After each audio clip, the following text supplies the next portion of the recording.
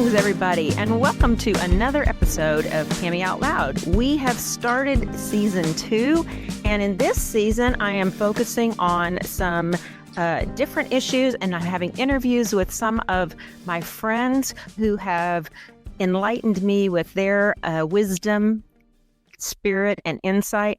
And today, I am so excited to introduce you to my girlfriend, Brigetta Dow. Welcome, Brigetta. Hi, I'm so excited to be here. So good to see you. Good to see you. Brigetta and I actually met through our sober-minded journeys a few years ago. You did the Sober Sis path as well, the whole path with Sober Sis, yeah. Right. So that's yesterday. I was recording and I was saying yesterday, which was, by the time this airs, it'll be several weeks out. But I just celebrated my 6th anniversary yesterday. Sober-minded, sober living, alcohol-free.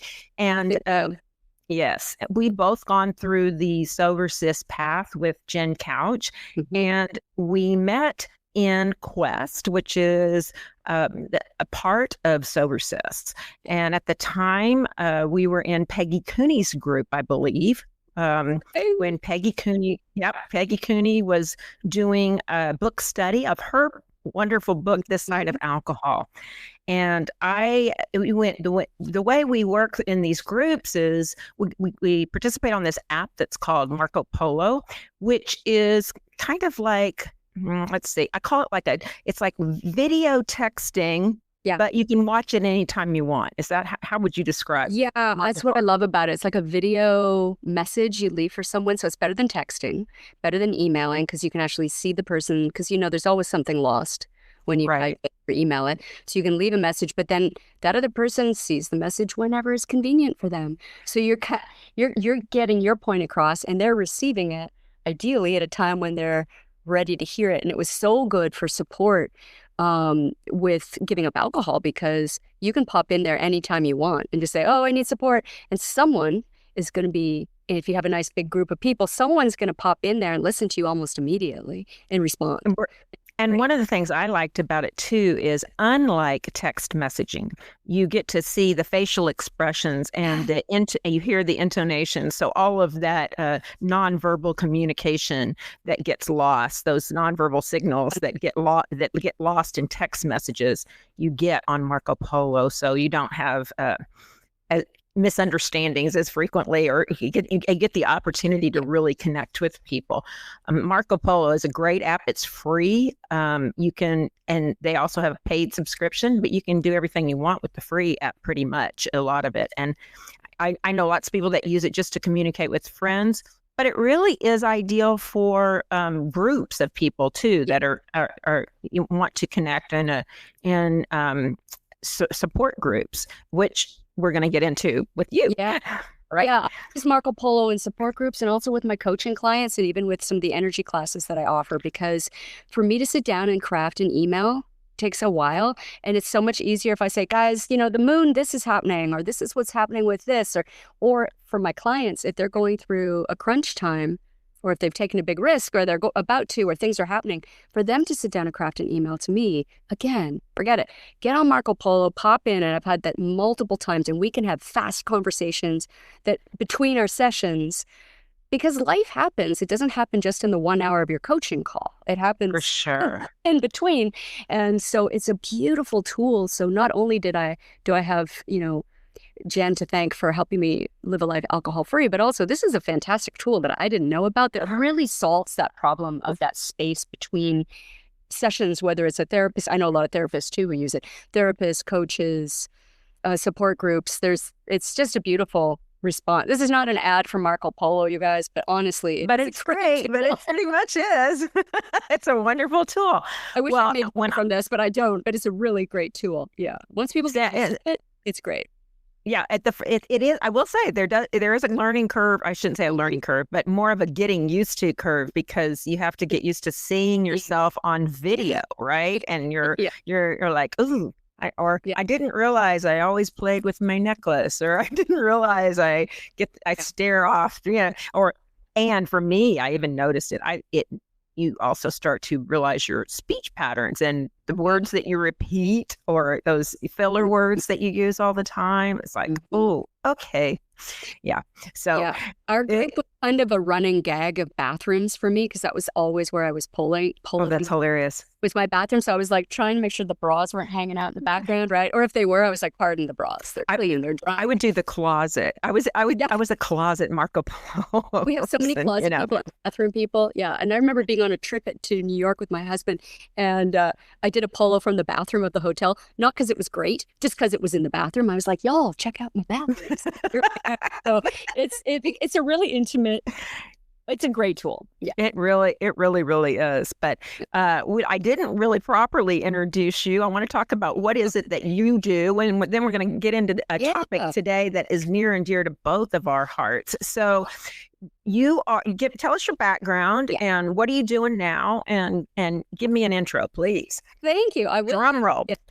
And I am I'm a life coach, Reiki master, and I blend those two things together. I blend coaching, I blend that with Reiki, with also creative expression. I'm a huge proponent of play. I'm also a crafting teacher, and I wrote a book, Crafting a Better Life, which has crafting and life coaching stuff in there as well. And, I work with people with whatever modality because, as we know, not every person is going to have the same path. For sure. So we use all the tools we possibly can to discern what are the obstacles, are they internal, external, how can we overcome them? How can we make, achieving their goals really fun and hopefully make it a little magnetic as well so that we can kind of accelerate the pace a little bit. And so that's what I do on Zoom. I work with people one-on-one or in groups. I have multiple ways to work with me. And you are based out of LA, is that correct? Based out of LA, yeah. But you work with people all over the place. I work with all over. I have clients in Europe. I have a client in Hawaii. I wish I could move to Hawaii, but that's another polo. That's another podcast, rather. But so that is how I work with people, and I don't only work with women, but most of my clients tend to be women, and therefore food and nutrition and health or lack thereof is often a topic for because if you're not supporting yourself with your health, it's going to become an obstacle if it isn't already. Right. And so the food, when I approached you, it was something that I've been working with a lot of people on. I call it food, the gift that keeps on giving, because we all have to eat every day. And if you don't have a great relationship with food, this is going to impact your life, period. It is. If you're emotionally eating or if you are restricting how you eat, it's going to have an effect on your life. And if you take a look at how you eat, which is it's a daily thing, it's an opportunity for compassion and for curiosity. And ultimately, when you combine those two things, then you have personal growth. And then you can create real change in your life. And honestly, of all the things I've eliminated from my life or brought into my life, my daily experience of food, if I'm willing to be curious, that's all I need. That's all I need to grow, because it will tell me everything I need to know about myself, or at least it'll give me the doorway, let's say that, to being curious about what's going on. Why am I eating when I'm not hungry? Why am I refusing to eat when I'm starving? Interesting. Yes. And like you pointed out, we met through giving up alcohol. Well, as you point out, you can't give up food. Other addictions, whether they're drugs, alcohol, smoking, whatever, that's like, oh yeah, you can live. Yeah, you can and live without them, right? You need to, right? But food, you cannot just say, I'm not going to eat anymore. You have to have a relationship with food. So today, what we really want to talk about is, how do people find their peace with food, right? How is that? And one of the, some of the tools that we learned through our sober journey path, I think are applicable here. And I'm just so curious about your approach. And let's first talk about maybe your own struggles that you have had with food. Also, I just feel like, because I'm kind of I'm a I'm a little fangirl. I want to say that Brigitta was also an actress at one I was. point, and you can look her up on Yeah. IMDb, and you can see a trailer of her running in action back in the day. Yes, that was kind of fun for me. I really enjoyed that. So anyway, sorry, I just wanted to throw that in there. Yeah. No, I was. Are you don't do any more did you do any acting or Now and then? It's funny. I just did a short film for my friends. My one of my best friends and I. We co-wrote, co-produced, and co-starred in a short film years ago. Went to festivals, all the things. Well, I just did her daughter's short film that she wrote. And she wrote it. I know, it's so adorable. And she said, "This is a big deal for me because I really wanted my mom's friend to be in it." It was so funny. It was full circle moment because I'm sitting there next to my girlfriend, next to her daughter, and there we are watching film. It was. And what's the name of the film? Where would we see it? Can we see it? It's called Everything Stops. And I don't know where it is. My film that I did with Dawn is called Stalkers. You can see it on YouTube. It's about 15 minutes long, and it is comedy. It's a very dark comedy. Comedy. Yeah. Oh, it's about these two girls who are stalking a guy in their car, which I don't even know if we'd be allowed to do that now, but nothing bad happens, but it is pretty funny. The ending is awesome. And what is the film that I saw, what the trailer for that is on IMDb that I watched? That I had particularly great hair in that. You really did have good hair in that one. I'm talking about that. Just saying. That was called Caught in the Headlights. And Caught in the Headlights. Caught in the Headlights. And it was really fun. It's kind of a action for me, which is hilarious that I was in an action film, but it was fun. And I'll tell you what, I was very, very skinny. I was about 98 pounds when I made that. And just for reference, I'm only 5 feet tall and I'm about 115 now, something like that. So I was underweight. I was, but I looked good, didn't I? I mean, you did. I hate to say that, but I think you look great now. So thank you. But what they say, the camera, right? Is it true? Does the camera put weight on people? It does. I mean, you know from knowing me from Marco Polo's and then meeting me in person. Yes, you look the same, but you look different. Yes.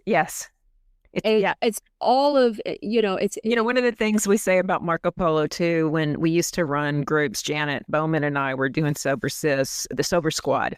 And we always said at the end of the group, we kind of guessed and said, okay, everybody has to say how tall they are. Because on Marco Polo, you have really no concept of how tall people are. And it was always so surprising because like in your head, you're like, oh, I bet she's 5'11". And it turned out she's 5'1".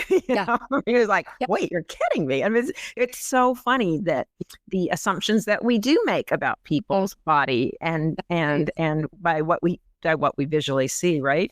Yeah, absolutely. And I think that too, when you even think about television, again, I have a history. I know what the illusion is that they're creating. But, with guys, they used to at one point make door frames shorter, smaller, so the men would look bigger walking through a doorway. Oh, wow. Got a friend with you. No, I've got my dog here.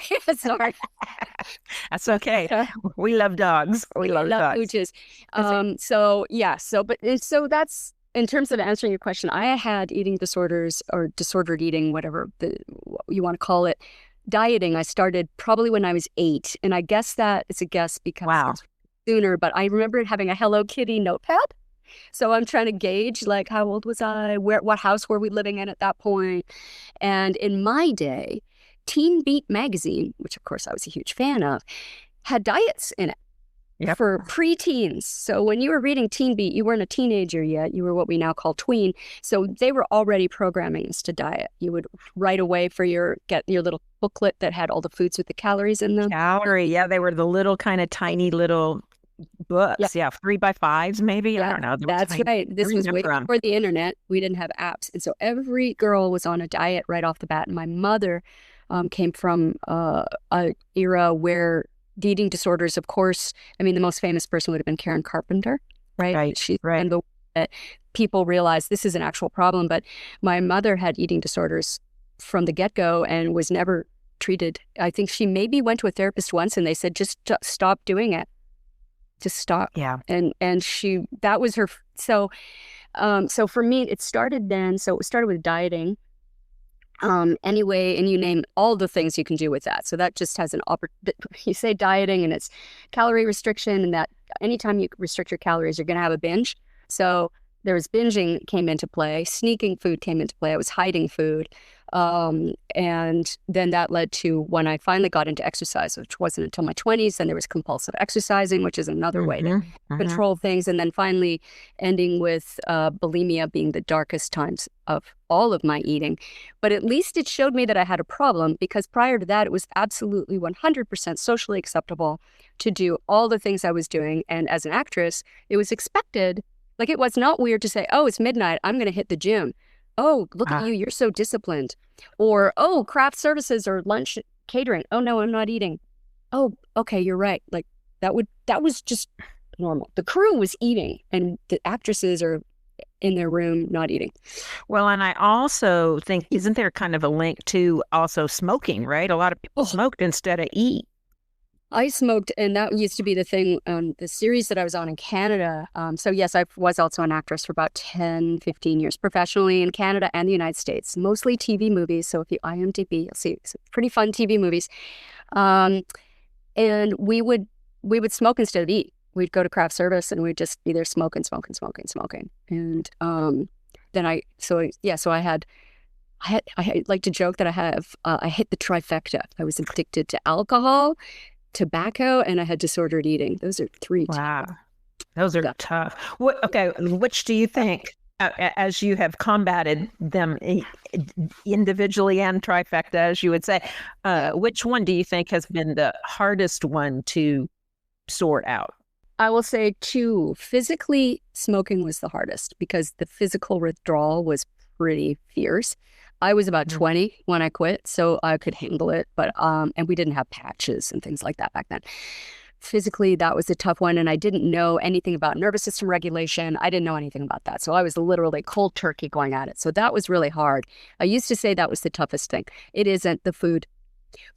Your relationship with food, because it's a daily thing. With alcohol, for what it's worth, you can white knuckle through a bad event, or you can. You want to create tools, which I know you've had other people on talking about that. You want to create tools for yourself, or at least practice a few things to get through things so it's not so horrible. But with food, you got to either eat or not eat. And you have social situations, and you have emotional eating. You have comfort eating, which to me is not a bad thing when you know what you're doing. There's a reason comfort food is called comfort food. But it's when you use ice cream, and for me it's cookies, any kind of baking good. If you use that as your only coping strategy, you're going to have a problem at some point, because there's no nutritional solution to an emotional problem. I didn't make that up. I stole that from Glenn McIntosh, but it's true. Say it again. There is no nutritional solution to an emotional problem. I like that. It's so hard. And what we do, if we use food as a solution, for lack of a better term, it's like you have your problem, which could be a fight with your boss, let's say, or a really bad experience, a bad, review at work. So you're upset, and it's like, okay, so that's the main course. And then if you eat over it, if you go and binge and emotionally eat, now you've just created a whole bunch of side dishes of shame and guilt and negative self-talk, and maybe gained weight on top of that, and just feeling crappy because likely you didn't binge on something healthy. You probably binged on something that's going to throw your whole system out of whack. Yeah, some reason binging never looks like baby carrots. No, Just saying. That's interesting, right? Yeah, no, it's never that. No. So you've got all these side dishes around it rather than actually managing the problem and the emotions that came up. And that's why I say that would be an opportunity when you're eating the not carrots. So when you're eating the ice cream or the cookies at a rate that you normally shouldn't be eating at, and you're eating your emotions, if you can stop and ask yourself, wow, what's happening right now? What am I doing? I'm eating this entire box of Oreos. Wow, I know I don't need that. I know I'm not hungry for that. What's happening? What's going on? What am I trying to eat at? Or what am I trying to hide and numb from? What's going on here? It's an opportunity to be gentle with yourself and ask, what am I feeling? I feel betrayed. I feel like a fraud. I feel hurt. I feel powerless.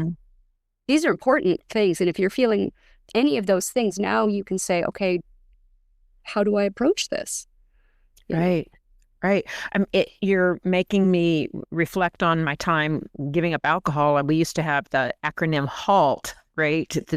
That when you start drinking, okay, and in your case, in this case, start eating, right? Mhm. The acronym HALT, stop and go. Am I hungry in that case, right? And Yeah. for alcohol, we say, am I hungry?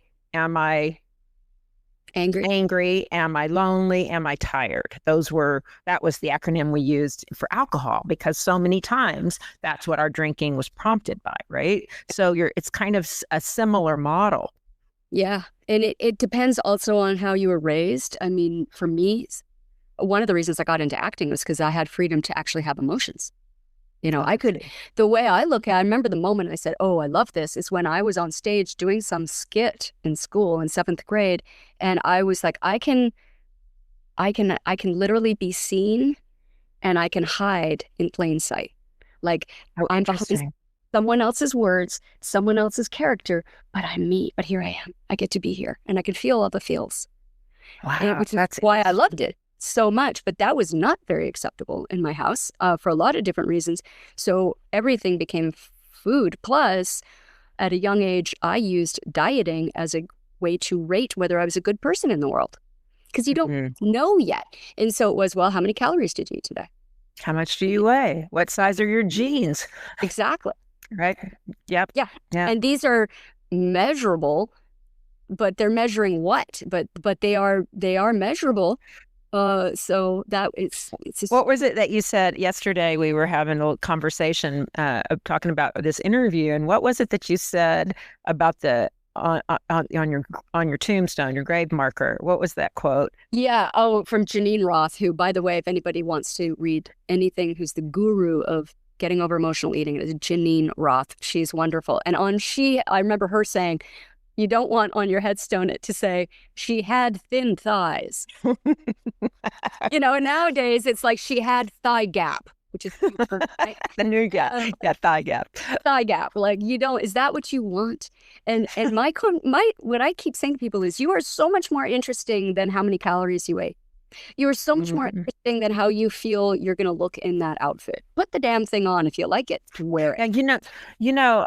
One of my, this is obviously a topic that is very significant in so many women's lives. I mean, it's, and even in my own life, as you and I discussed yesterday, I went through a period of bulimia in college, was mostly mine. And I mean, I can remember I consuming literally half a gallon of Bluebell ice cream. In Texas, you'll know what Bluebell ice cream is, but this wonderful ice cream. I mean, I'd eat it so fast, and then immediately throw it up. And I do it so fast that the ice cream would still be frozen. And I used to think that I was going to write a book, and I was going to call it "Ice Cream Comes Up Easiest," because so many times when you throw up, you get the burning sensation, or it's hard to get it to more deep. But ice cream was still cold and felt good on my throat. I mean, it was so sick. I mean, it was, but and it would just be like, how fast can I consume it? And then I get rid of it as quickly as I can. For me, one of the things that I had I didn't have much disordered thinking or even examples around bad eating growing up.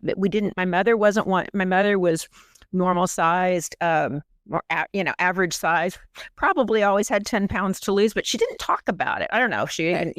I don't remember that. It was never a topic. And I'm the youngest of 4 girls. You would think that it would have been a big focus in our lives, but I couldn't tell you what I weighed the day I got married. I couldn't tell you. Yeah. I couldn't tell you what size I was when I was a cheerleader in high school, or how much I weighed. I mean, but what happened, my thinking got really skewed when I went to college, and suddenly I was around all these women, and I was without the nice tight boundaries of my home life that I'd had. And all of these women were now, most all of them, focused on their weight and what diet they were on, and Weight Watchers, and what didn't matter what it was. There were so many different programs. And so suddenly I thought, I became preoccupied with food because everybody around me was, right. Yeah. So it was an interesting time for me, for sure. So it's very common for those years I hear that from a lot of women, that their childhood were fine, and a lot of them, they're in track and field, or they weren't, Right. In arts, whatever. They just didn't care. They didn't really think of it. Right. And I think that's interesting too, in that, because you're kind of on track, you're kind of authentic, you're still being yourself. There's it, depending on your life experience. If you had a quote unquote normal childhood, you just started doing the thing, and everything's fine. And it's not until much later when you start to have the next level of comparison, where you do. Right. And it's important, you're not at home anymore, and you're like, how do I exist as human? Now I'm a grown up. How do I do this grown up thing? And you're looking to other women, and they're like, oh, they only eat lean cuisine, or, Right. Well, and what was really interesting when I look back at my time in college, I was in high school. I like to say I was kind of a big fish in a small pond. I had a relative, it was, about 200 people in my graduating class, pretty small by today's standards of these large high schools. I was a cheerleader. I was best president, student council. I did all these different things. I got along well with the teachers. I loved, everything was kind of, I had my boyfriend, had my things, everything was good. I thought I was very stable. Then I go to the University of Texas, 1,200 miles away. I was living in Canada at the time and went to University of Texas then.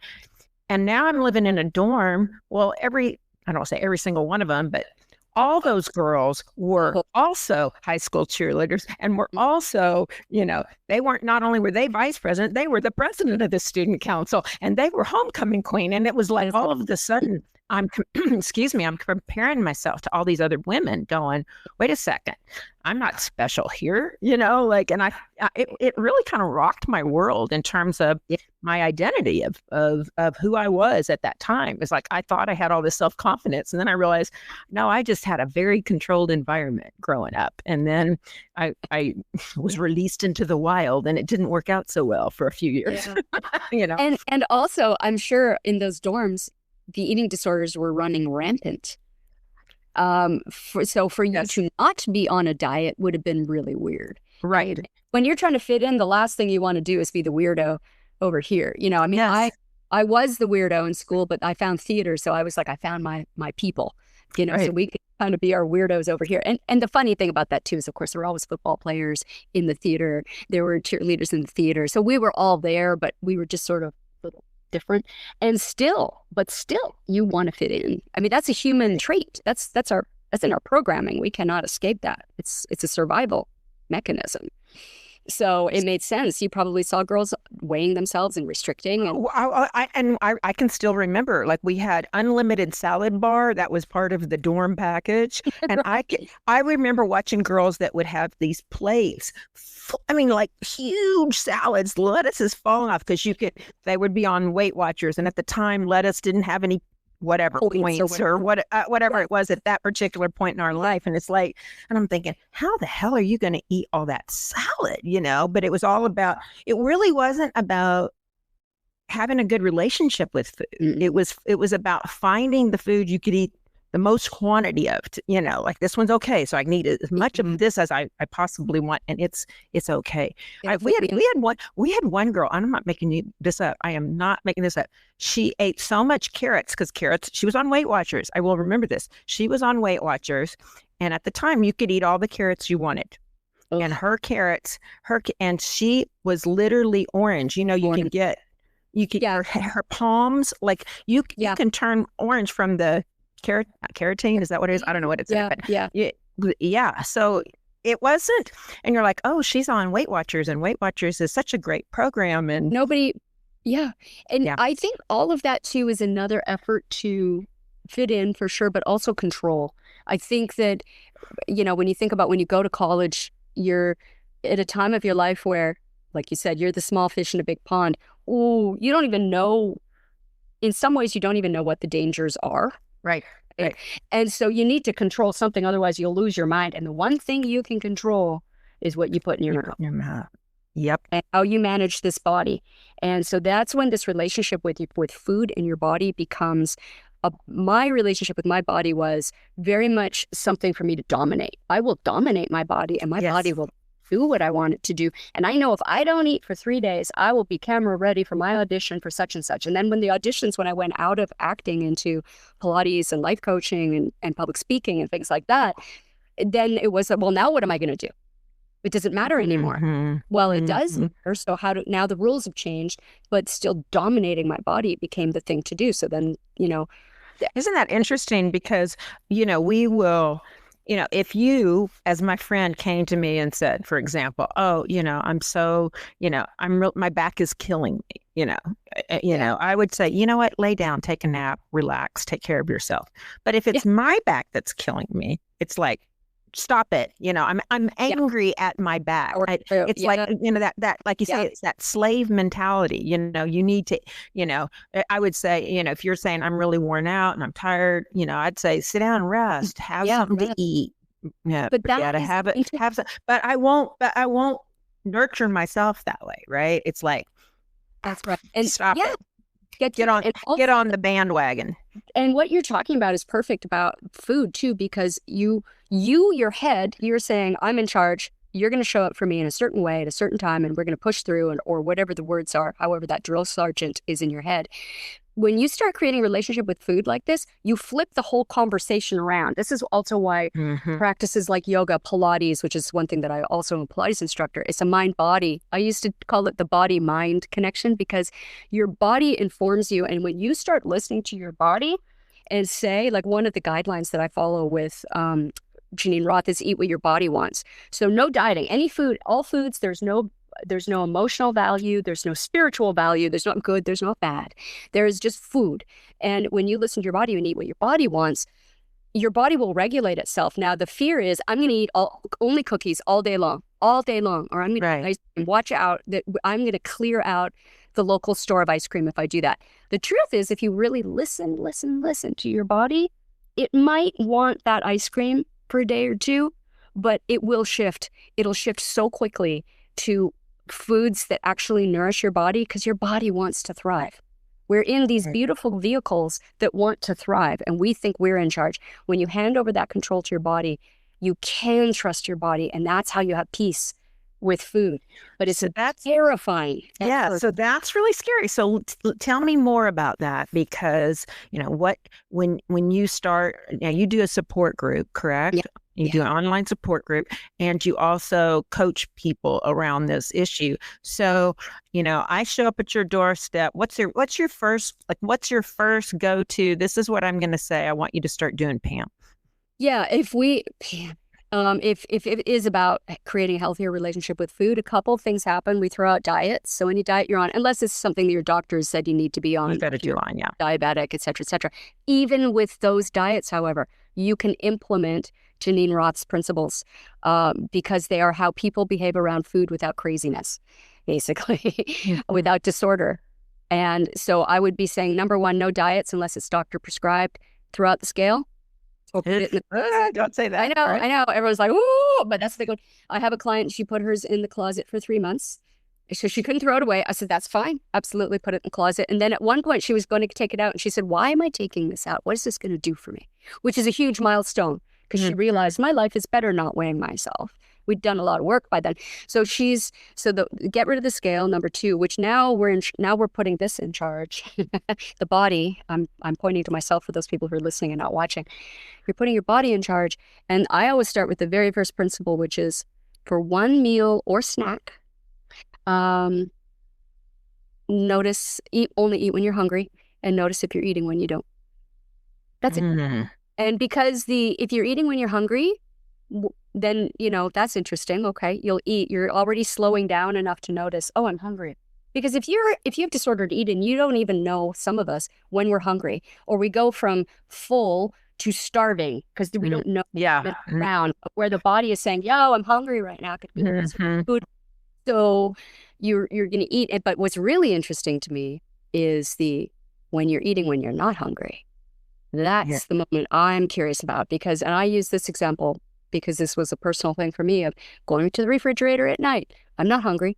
The kitchen's closed. We've eaten enough. I'm good. Why am I eating? Why am I grazing? And so then for me, am I bored? What is going on? And the question often, or the answer often for that, for a lot of people around my age anyway, is, well, I'm feeling a little lonely. And what's interesting to me about that is, and my husband's on the couch watching television with me, and I'm feeling lonely.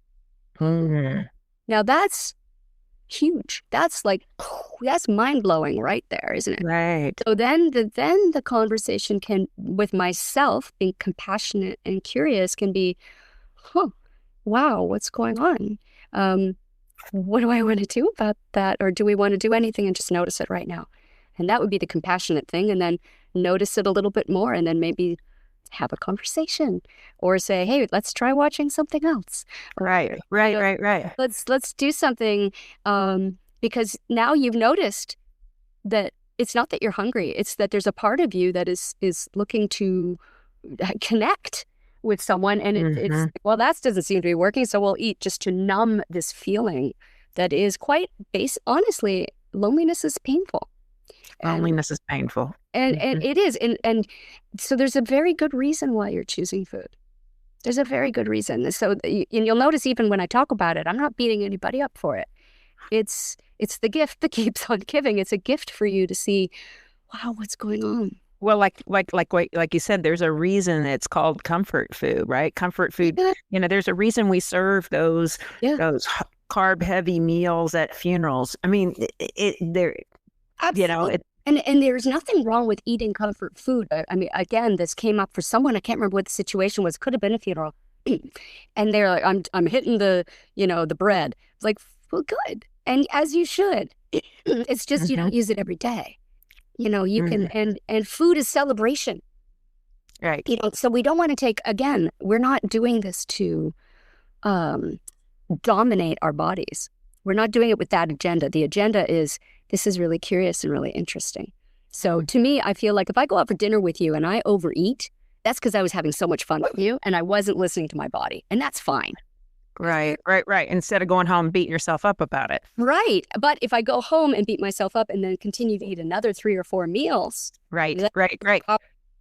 But if we go out to a great Italian place or Mexican place or whatever, and we're like, ooh, the food is so great. There is nothing wrong with that. If that's genuinely, because you're eating with verve, you're enjoying food. There's nothing wrong with that. I like that. Eating with verve. Yeah, that's another one of her principles. Janine's so that's how I would, to answer your question, that's how I approach. I start with one of those principles, and I'll rattle them off for you real quick. Yeah, I would love that. If you don't have an issue with food, these seem so basic and obvious, and yet if you have a challenging relationship with food, you can hear my dog. Yes. Well, I know, Stanley. He doesn't have a problem with food. So the first one is... He eats with verve. He eats with verve. He sure does. Eat when you're hungry. Stop when you've had enough. That's number 2. Stop when you've had enough does not say stop when you're full, stop when you're stuffed, stop when you think you've had enough. It is stop when your body's had enough. That's listening to your body. So you'll notice everything is putting the body back in charge again. So those are the top 2. Then it is eat out in the open. This does not include the car. So for those of us who snuck food and ate fighting, how many people binged in their car? If you're listening to this, hi, I did that all the time. Binging in a vehicle that is all surrounded by glass, yet you think you're by yourself. Fascinating. But so that doesn't count. So those are the 3. Eat when you're hungry. Stop when you've had enough. Eat out in the open. Eat without distraction. It's another thing. A lot of us eat in front of the television, listening to podcasts, eating, and we're binging. Side note, listening to podcasts is a very good thing. Yeah, it is. I know, right? Listen to audiobooks, doing all the things, eating while driving.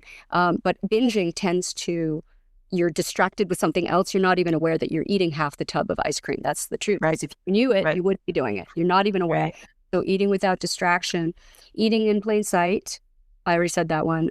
Eating with verve is one of hers also, because if you're enjoying your food, like I just said, you're slow. You're not eating that fast.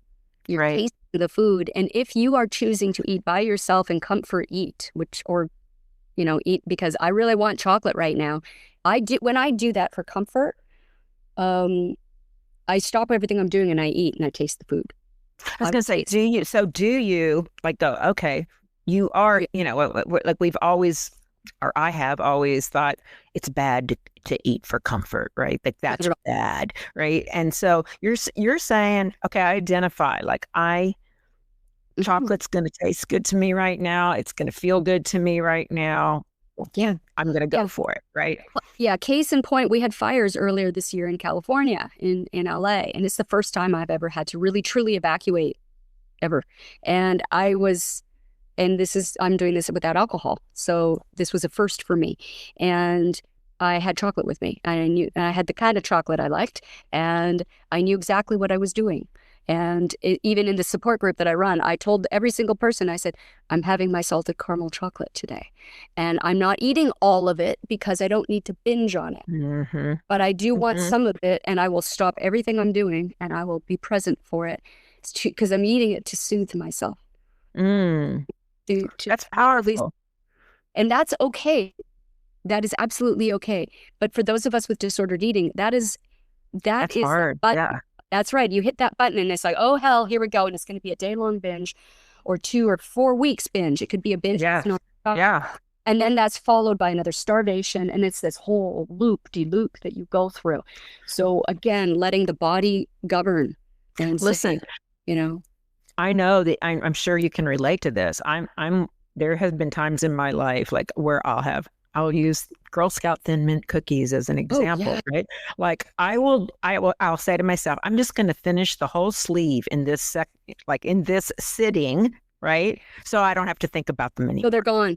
Yeah, they're gone. Get rid of the or if I was feeling very in control, I would take the cookies and put them in the trash and put, coffee grounds on top of them. Right. Or, put them down the garbage disposal, right? Or do something because, it wasn't unheard of to maybe go back in the trash and fish one out. You know what I mean? Oh, I did. I'm embarrassed to say, but that was part of my disordered eating for sure. Yeah. Yeah. When I started this I did the Janine Roth's program from her book, because again, therapy wasn't what it is now. Now there are wonderful therapists you can get to support and coaches and all sorts of programs that you can be in to support you. But I did Janine's Roth's, and she also had Zoom didn't exist, but we did a call-in group. Yep. So I remember hearing for the first time other women talking about this on this call, and I was blown away that I wasn't alone for things exactly like that. And isn't one of the I'm sorry, go ahead. Oh, I was going to say one of the things she had us do, and I don't know if she still prescribes to this, but for some people it's an excellent thing to do, is bring in all the forbidden foods and bring them all into your house. And I remember shopping for the forbidden foods. I know that. You see what I'm saying? Oh my God. I remember going through Whole Foods, which is a nice, grocery store here, and buying all the forbidden Whole Foods. That's our home. Whole Foods is based out of Austin. We're there. Oh, okay. Then Whole Foods. We know our Whole Foods here. Whole Foods, and I'm going. Yes, ma'am. And buying all the cookies and all the things. And you know what I also brought into the house? Talk about binging food. I brought in the icing. The icing that you put on the cake? Yeah. You can buy it in those little things. So yep. I could go through that like nobody's business. I bought the icing. I bought frozen cookie dough. I bought cookies. I bought chocolate. I brought all the things that were quote unquote not allowed, that were the prohibited items to me in the house. And I started doing this work, and I listened to my body, and I only ate what it wanted. And the first thing, it was kind of heartbreaking when I said, okay, you can eat anything you want. You have all this food in the house. What do you want to eat? My body says to me, I kid you not, steamed broccoli and salsa. And I was like, nope, you're doing it wrong, because I got icing in the closet. And what do you want to eat, body? Tell me what you want. And then my body says, I got cookie dough. Cookie dough. It's frozen. It's waiting. I've got the spoons. Everything's good to go. No. My body wanted it. It did revise itself. It said steamed broccoli with a lot of salsa. So I guess I wanted salt, but that's what my body wanted. That's what it wanted. So sorry, all of that stuff that I bought expired. Wow. Wow. All out. It all expired. I ate a couple of the ginger snaps. I ate a bit of the chocolate, but my body was like, yep, that's good. I'm done now. Thanks. We have several binge foods in common. I am a ginger snap girl, cookie dough girl. Yeah. Cookies are mine. Yeah. That's definitely. But you know, what's interesting about that, something when I started to get my thinking better in line with my eating and my disordered eating and what it was, I was very much in that mode of I ate what I wanted. And I realized, if I really want ice cream, trying to eat a salad right now only adds a salad to it. Do you know what I mean? I would try to, okay, I'm going to eat a salad. Okay, now I'll eat some tuna fish. Okay, now I'm going to, and I eat all of this quote unquote healthy food, right? Yeah. And then I'd still go eat the ice cream. Whereas if I just went ahead and had the ice cream first, Yeah. I was done with it. It was I could say, okay, that satisfied that, and I'm good now, right? And then I could get back on my merry way. I'm like that now. I eat, for me, chocolate is always going to be I love the chocolate, and some days I have it and some days I don't. And because I listen to the body now, I listen to my body, and it's that if I eat it now, if I have a little bit of chocolate, I can trust myself that it doesn't mean, because it doesn't mean anything to me anymore. It's not a bad food. It's not like, it's got some moralistic value. It's just food. Yes.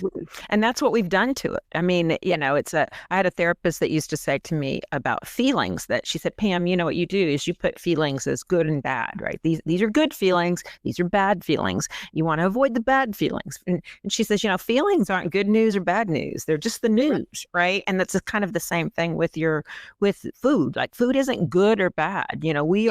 We are ascribing meaning to it. We are saying, this is good, this is bad, right? I shouldn't eat this because it's bad, And it's funny. There's another person I follow. His name is Glenn McIntosh. He calls himself the food psych. He's out of Australia, and he's a therapist who does all these things that we're talking about. And he gives it biblical terms. He's like, it's like you're in the Garden of Eden.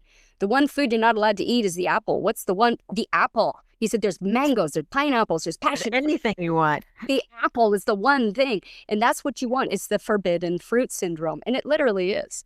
I mean, if you were told you're not allowed to eat romaine lettuce, you can't have it, then now you're going to start thinking about lettuce.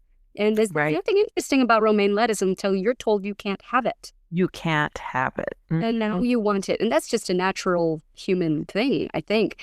But that's when we put these moralistic ideas on our food, and it's pretty funny. If you follow that, it's the forbidden fruit. And then if you eat it, what kicks in? The binge, which is the Last Supper effect, because the next diet is going to come along, right? So you're just going to keep eating. That's why those binges can go for days or weeks or months. Interesting. Right. I have a question for you. Do you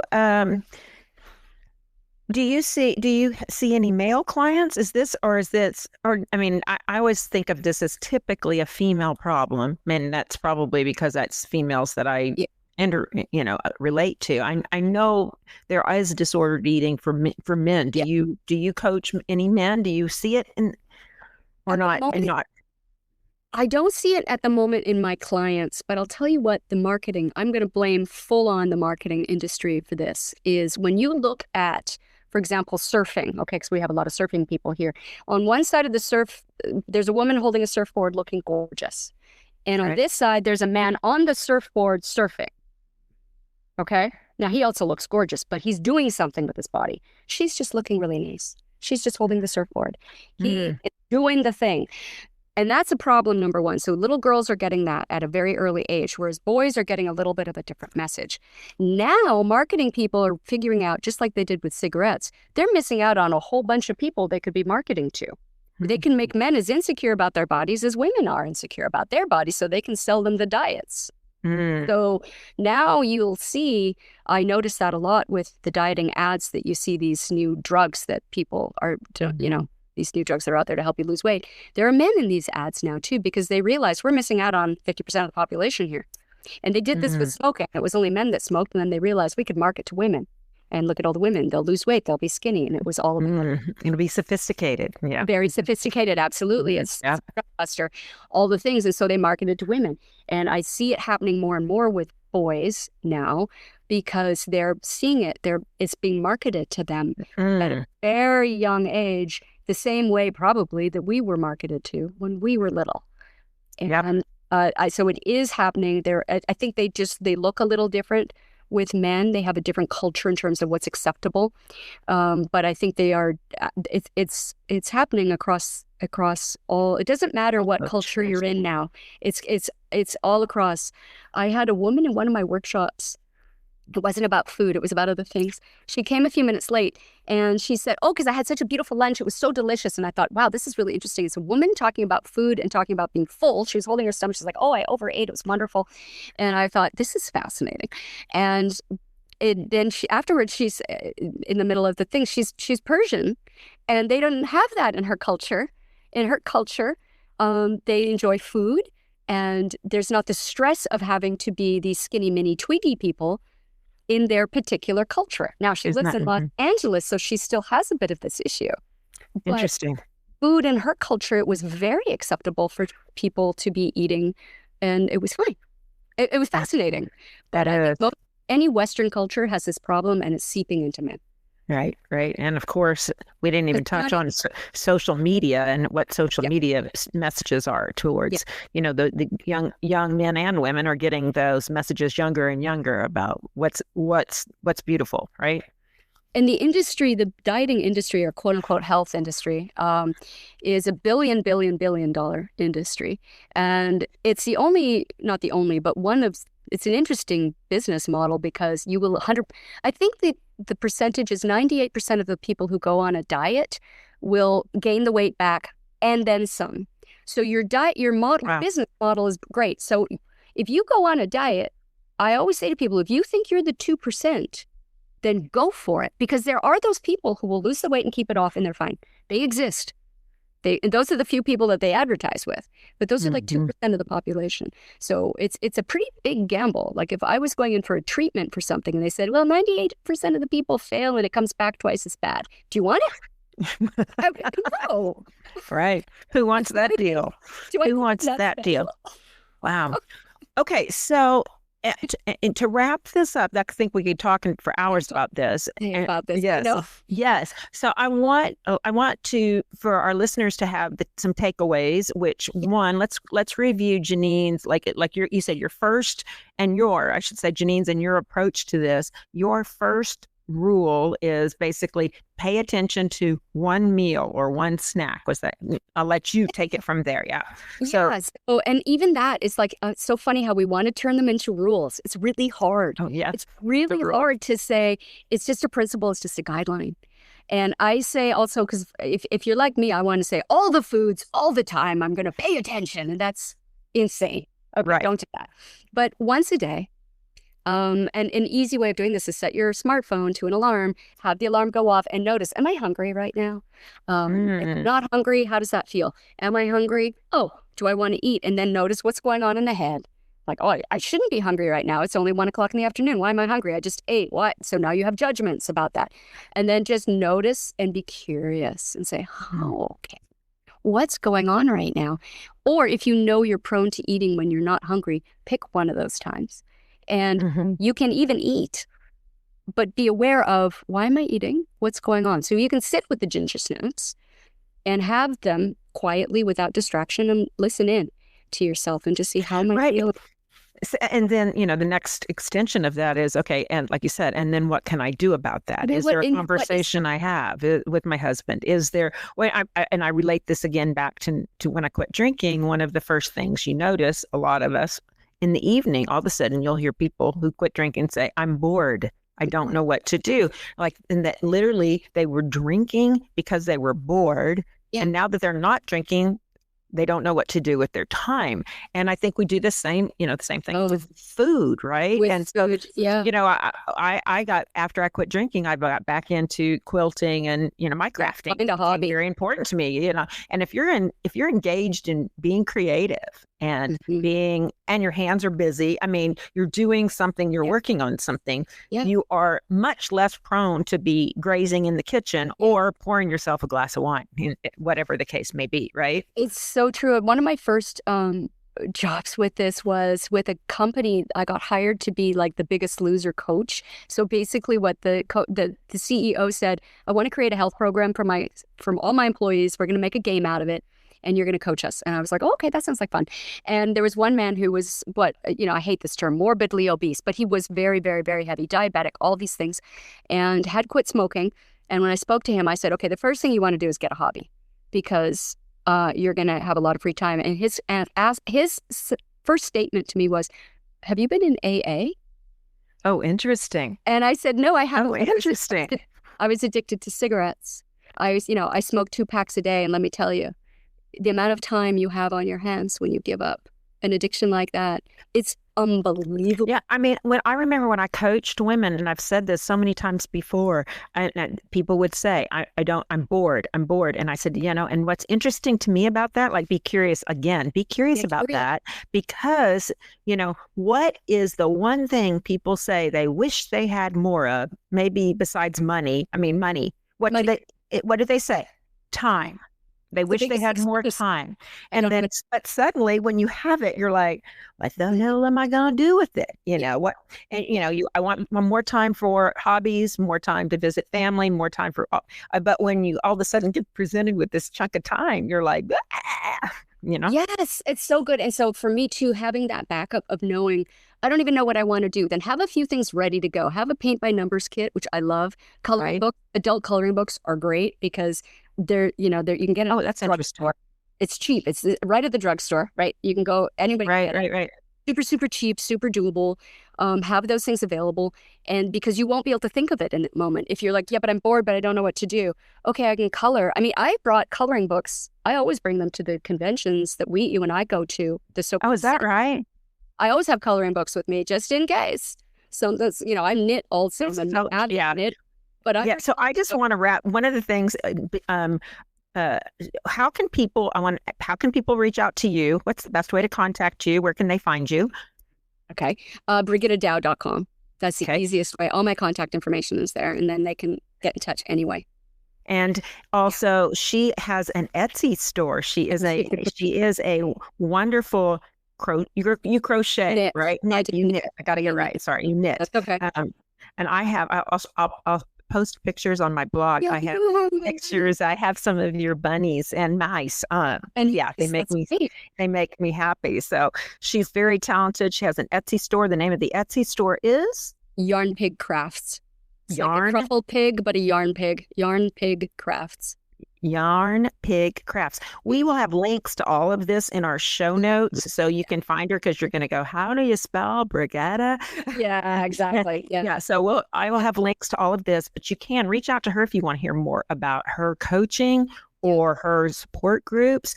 There's so much more to this. I'd love to have you come back on and we can continue this conversation. We didn't really even get into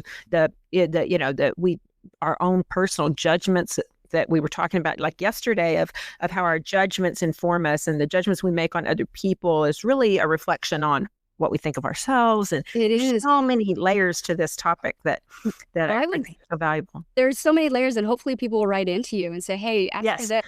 And then I'd love to, because I love perfect questions. Yeah. And that said, remember, you can always reach out to me at pammyoutloud@gmail.com or follow me on Instagram at the same handle.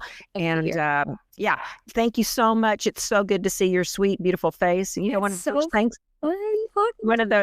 always remember you from Marco Polo. You always called people pretty lady. Yeah, and I always loved that. I always wanted your lady. Hi, pretty lady. I loved that. You always made me feel good. So, all right, sweetheart. Have a great day. Peace out, everybody. Make connections. Find your community, because it's in our community that we are able to thrive and flourish and grow and learn and change. So, peace out, everybody, and have a great, great week. Bye-bye.